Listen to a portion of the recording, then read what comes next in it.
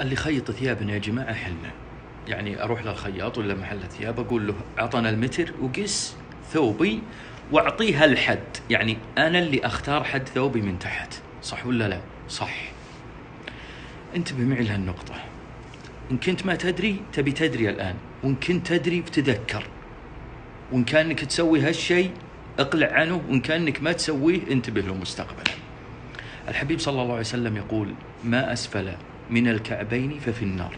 وفي الحديث الآخر يقول صلى الله عليه وسلم: ثلاثة لا يكلمهم الله يوم القيامة ولا ينظر إليهم ولا يزكيهم ولهم عذاب أليم.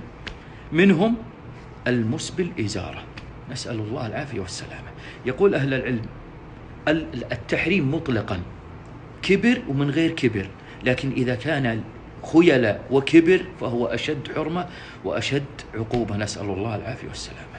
يا جماعة كم نبي نرفع عن الكعب؟ غالبا الأحيان ودك تكلم أحد سواء قريب ولا بعيد، بمسجد ولا بمناسبة، تقول ارفع ثوبك شوي، والله العظيم إن النار.